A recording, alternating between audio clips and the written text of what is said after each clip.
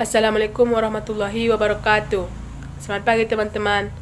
Nama saya Rasmi Wahyuni Lubis. Saya akan mempresentasikan hasil diskusi kami yaitu tentang pendekatan kognitif menurut George Alexander Kelly. Pertama-tama, saya akan membacakan biografi singkat dari George Alexander Kelly. George Alexander Kelly lahir pada tanggal 28 April 1905 di Kansas. Dia merupakan anak tunggal dari keluarga yang taat agama karena ayahnya adalah seorang pendeta. George Kelly pernah belajar di bidang sosiologi dan pemburuan pada tahun 1930 di Universitas of Edinburgh, Skotlandia. Selain itu, ia juga mengalami di bidang story, public speaking, dramatik, dan pemerintahan. Adapun awal ketertarikan George Alexander Kelly pada psikologi yaitu karena ia membaca artikel dari Freud. Kemudian ia mempelajari psikologi selama 9 bulan dan berhasil meraih gelar doktoral di Universitas of Iowa. Setelah itu, 12 tahun ia mendalami di bidang pendidikan dan pengembangan konseling klinis di Kansas Barat. Kemudian ia mengabdi pada Universitas of Maryland, lalu ia pindah dan menggantikan Kurt Rounds di Ohio State University sebagai kepala program pelatihan klinis. Ia mendapatkan sarjana setara 1 di Friends University Kansas. Pasca sarjananya di Universitas Kansas dan Universitas of Edinburgh, ia mendapatkan PhD-nya dari State University of Iowa pada tahun 1931. Kelly juga membangun klinik keliling di Kansas. Kelly juga pernah meraih ataupun menjadi psikolog lepas pada masa Perang Dunia II. Kelly mendapatkan gelar profesornya di Ohio State University dan Brandeis University pada tahun 1955.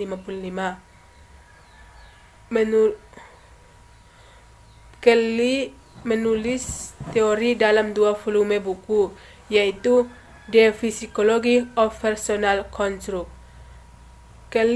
Alexander Kelly wafat pada tanggal 6 Maret 1967. Adapun materi selanjutnya adalah yaitu pandangan Kelly terhadap manusia. Ada 2 aliran menurut Kelly. Yang pertama itu, manusia adalah saintis yang mencoba untuk memprediksi dan mengontrol fenomena dan tingkah laku. Konsekuensi logis dari teori ini ada 2, yaitu manusia pada dasarnya berorientasi ke masa depan, yaitu mencapai masa depan yang lebih baik daripada masa sekarang.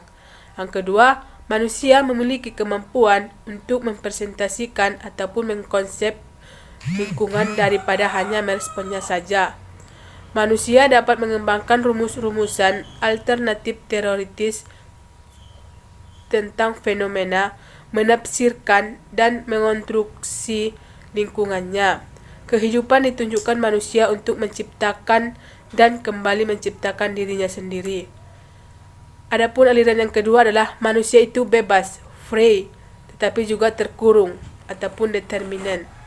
Sistem konstruksi individu dilengkapi dengan kebebasan untuk mengambil keputusan ataupun freedom of decision dan keterbatasan bertindak, sebab dia tidak dapat membuat pilihan di luar alternatif yang telah ditetapkannya. Selanjutnya, saya akan membahas tentang struktur kepribadian. Struktur kepribadian manusia adalah sistem konstruknya. Konstruk merupakan cara menafsirkan dunia atau lingkungan. Konstruk merupakan konsep yang digunakan mengantisipasi peristiwa dan menafsirkannya secara jawaban. Dia mengalami peristiwa dan menafsirkannya, kemudian menempatkan struktur dan pengertian atas peristiwa tersebut dalam mengamati peristiwa-peristiwa. Individu memperhatikan bahwa beberapa peristiwa memiliki karakteristik umum yang membedakannya dengan peristiwa yang lain. Dia mengenal bahwa peristiwa-peristiwa itu ada yang memiliki karakteristik yang sama dan juga yang berbeda. Individu mengamati bahwa sebagian orang ada yang tinggi dan ada juga yang pendek. Ada pria dan ada juga wanita. Ada beberapa keras dan ada yang lunak. Upaya mengkonstruk persamaan dan perbedaan sesuatu itu membidang ke arah pembentukan suatu konstruk. Tanpa konstruk, kehidupan ini akan kacau. Suatu hal penting yang perlu dicatat dari Kelly adalah bahwa dia memandang semua konstruk itu dikotomus. Masing-masing mempunyai persamaan dan perbedaan. Dalam mengkonstruksi peristiwa dapat digunakan konstruk dari segi kualitas dan kuantitasnya. Contoh tentang konstruk hitam putih dengan konstruk kuantitas dapat diperhitungkan menjadi 4 skala penilaian, yaitu hitam, sedikit atau hampir putih, dan putih. Kelly mengukuhkan bahwa konstruk itu disusun dari 2 kutub atau kombinasi persamaan atau perbedaan. Hal ini menunjukkan bahwa kita dapat memahami hakikat konstruk seseorang. Apabila dia hanya menggunakan kutub persamaan atau perbedaan saja, kita tidak akan tahu konstruk seseorang, sehingga memahami peristiwa-peristiwa yang menyertainya dan pandangan dia tentang peristiwa itu, apakah dia memandang bahwa peristiwa-peristiwa tersebut bertentangan dengan konstruk yang telah dimilikinya. Konstruk-konstruk itu dapat dikategorikan ke dalam cara yang bervariasi antara lain sebagai berikut. Yang pertama yaitu core atau inti. Ini merupakan konstruk dari fungsi individu. Yang kedua periper atau pinggir atau luar. Konstruk yang dapat diubah dapat dimodifikasi mendasar serius dari konstruk inti. Yang ketiga permeable atau dapat ditembus. Konstruk yang terbuka dapat menerima elemen-elemen yang baru. Yang keempat impermeable atau tak tembus atau tertutup merupakan konstruk yang menolak elemen-elemen baru. Yang kelima tight atau rapat atau rat, konstruk yang tidak dapat mengubah-ubah prediksi. Yang selanjutnya loose atau longgar merupakan konstruk dalam mana individu mengharapkan suatu hal dalam suatu waktu dan hal yang berbeda dalam kondisi yang sama. Selanjutnya verbal atau konstruk yang mempunyai simbol kata yang konsisten atau ajak. Yang terakhir preverbal, ini merupakan konstruk dalam mana individu belum mempunyai simbol kata yang konsisten. Konstruk ini dialami atau dipelajari individu sebelum berkembangnya bahwa masa bayi atau anak-anak atau awal. Konstruk digunakan oleh individu untuk menafsirkan dan mengantisipasi peristiwa-peristiwa yang terorganisasi sebagai bagian dari sistem. Konstruk dalam sistem diorganisasi atau diatur dalam kelompok-kelompok untuk meminimalkan atau mengurangi ketidakcocokan dalam ketidakjekaan. Konstruk-konstruk dalam sistem tersusun secara hierarki, yaitu subordinate atau termasuk konstruk bidang dalam konseling karir yang berbeda dalam konteksnya, dan subordinate atau suatu konstruk yang dimasuk dalam konteks bimbingan dan konseling karir subordinate. Teori konstruk menekankan keterkaitan antara bagian-bagian fungsi individu, yaitu adanya penafsiran tingkah laku. Di dalam hal ini, Levy mengemukakan bahwa perubahan beberapa aspek dalam sistem konstruk akan mengubah bagian sistem yang lainnya. Seseorang menggunakan konstruk untuk menafsirkan dunianya atau lingkungannya dan mengantisipasi atau menghipotesis peristiwa-peristiwa yang mungkin dialaminya atau terjadi. Dalam kata lain, individu menggunakan konstruk untuk mendefinisikan dunianya. Sehubungan dengan hal itu, apabila ingin mengetahui pribadi seseorang, maka perlu diketahui bagaimana dia mengkonstruk dunianya. Untuk mengetahui konstruk atau pemikiran orang, Kelly menyarankan ask him, he might tell you, atau mari kita bertanya, atau orang itu yang memberikan tahu secara langsung kepada kita. Selanjutnya, saya membahas 11 tipe struktur kepribadian menurut teori Kelly. Yang pertama itu konstruktif corollary, yaitu individu mengantisipasi peristiwa di masa depan dengan berdasarkan interpretasi terhadap tema pengalaman yang berulang. Yang kedua itu ada individuality corollary, yaitu perbedaan individu membuat manusia berbeda-beda dalam membentuk konstruk atas suatu peristiwa atau tergantung interpretasi masing-masing. Yang ketiga ada organization corollary, yaitu individu mengorganisasikan konstruk pribadinya dalam suatu sistem hierarki.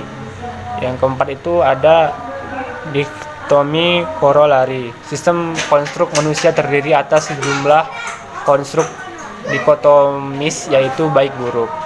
Yang kelima ada choice corollary, yaitu individu memilih sendiri alternatif dari konstruk dikotomis tersebut sehingga mempertimbangkan jangkauan pilihannya di masa depan.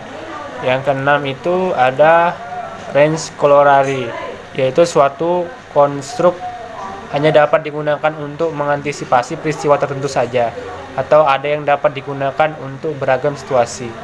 Ada yang hanya dapat digunakan untuk situasi yang terbatas.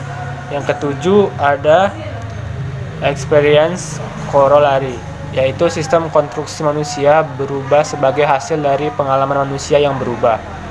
Yang kedelapan ada modulation corollary, yaitu variasi dalam sistem konstruk dibatasi oleh peresapan konstruk tersebut terlalu mudah atau terlalu sulit menyerap sesuatu. Yang kesembilan ada fragmentation corollary, yaitu manusia dapat mentoleransi berbagai subsistem konstruksi yang bertentangan satu sama lain tanpa memodifikasi konstruk keseluruhan. Yang ke-10 ada commonality corollary, yaitu individu dapat menerapkan konstruk yang sama dengan orang lain jika proses psikologinya sama, atau norma kultural, moralitas, idealitasnya sama. Yang ke-11 ada sociality corollary, yaitu individu membentuk proses konstruksi dari orang lain sehingga dapat berperan dalam suatu proses sosial yang melibatkan orang lain. Baiklah, saya Alef Febrianti akan melanjutkan presentasi. Saya akan menjelaskan mengenai psikopatologi. Jadi, psikopatologi adalah gangguan respon terhadap kecemasan. Psikopatologi meliputi konsep-konsep agresi, hostility, dan guilt. Agresi adalah suatu tindakan atau perilaku seseorang individu untuk menyakiti individu yang lainnya. Agresi dapat terjadi dalam dua bentuk, yaitu melalui tindakan atau menudaya, dan lisan atau tanpa interaksi fisik. Yang kedua, hostility atau permusuhan, yaitu di mana seseorang individu mencoba untuk membuat orang lain berperilaku seperti yang diharapkannya. Hostility bukan suatu kejahatan, tetapi hostility merupakan tindakan seseorang untuk mewujudkan tujuan. Yang ketiga, guilt atau rasa bersalah, yaitu sebagai kesadaran mengusir pribadi atau diri dari struktur inti. Contohnya seperti ini. Seorang anak yang mendefinisikan bahwa dirinya adalah seseorang yang jujur akan merasa guilt atau merasa bersalah manakala dia mengkonstruksi perilakunya sebagai tukang contek. Agresi dan hostility mungkin mengakibatkan seseorang mengalami rasa bersalah atau guilt, sehingga mengakibatkan seseorang mengalami kecemasan atau anxiety. Menurut Kelly, psikopatologi merupakan respon yang tidak sehat terhadap kecemasan. Respon-respon itu dan bentuk-bentuk respon itu adalah yang pertama itu construction atau menegangkan, cenderung terjadi pada seseorang yang mengalami depresi atau seseorang yang sedikit mendapatkan perhatian. Yang kedua itu dilation atau memuai atau memperlebar. Dilation ini sering terjadi pada seseorang yang memiliki kegemaran yang berlebihan. Yang ketiga itu excessively impermeable, yaitu orang yang kaku atau menutup diri dari orang lain dan menolak rangsangan dari orang lain. Yang mendasar dari pandangan psikopatologi Kelly adalah upaya orang untuk menghindari kecemasan dan untuk menghindari ancaman. Psikoterapi dianggap sebagai proses membantu klien meningkatkan prediksi mereka.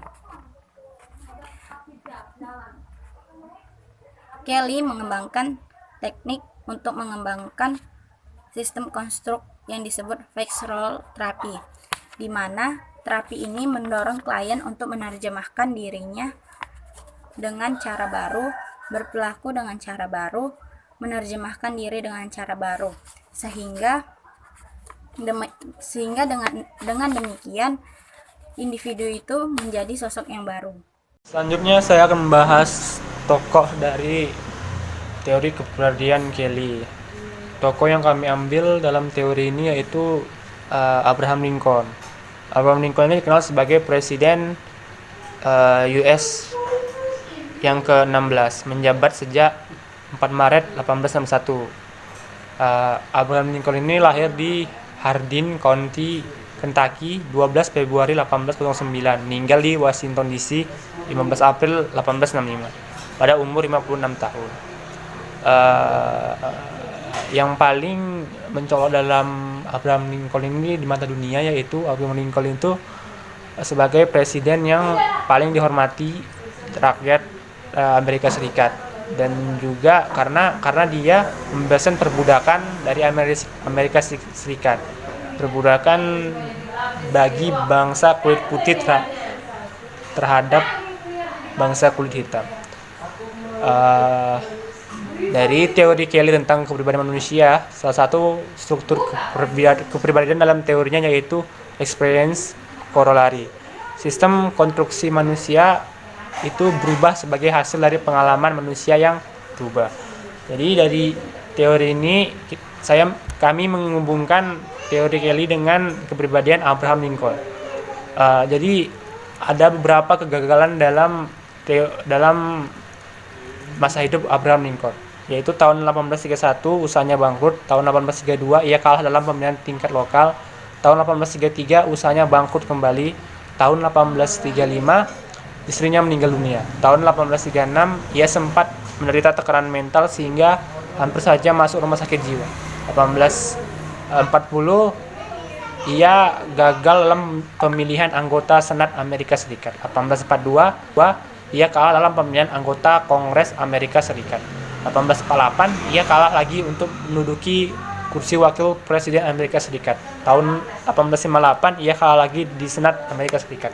Begitu banyak kegagalan dalam pemilihan untuk menjabati posisi pemerintahan di Amerika Serikat. Jadi dari rangkaian kegagalan demi kegagalan tersebut, akhirnya Lincoln sukses menjadi presiden Amerika Serikat pada tahun 1860. Bermacam kegagalan dalam hidupnya tidak membuat Lincoln mengurung diri dan meninggalkan semua yang telah diperjuangkannya. Ia memang pernah frustasi dan bahkan hampir gila, tapi ia bisa kembali bangkit sampai akhirnya berhasil meraih cita-cita. Lincoln adalah juara gagal yang sukses. Orang sukses menjadikan kegagalan sebagai tangga untuk berdiri lebih tinggi lagi, sementara pecundang menjadikan kegagalan sebagai tembok untuk mengurung diri. Rahasia untuk bisa terus survive pasca kegagalan adalah dengan bangkit dan main lagi. Semakin besar motivasi untuk bangkit, tentunya akan semakin keras pula usaha seorang untuk melewati kegagalan dalam rangka perjalanannya. Dari Lincoln kita dapat belajar bahwa kegagalan merupakan cara untuk bangkit kembali menjadi lebih kuat dengan belajar dari pengalaman dan mencoba untuk menyesuaikan diri dengan segala pekerjaan yang dimulainya. Dengan banyak kegagalan dan pengalaman, akhirnya ia dapat berhasil di dalam dunia politik untuk menjadi presiden Amerika Serikat yang ke-16. Bahwa sesuai dengan teori Kelly, yaitu sistem konstruksi manusia berubah sebagai hasil dari pengalaman manusia yang berubah, yaitu experience corollary. Sekian dari presentasi yang dapat kami sampaikan. Jika ada kesalahan, kekurangan kata, kami minta maaf. Assalamualaikum warahmatullahi wabarakatuh.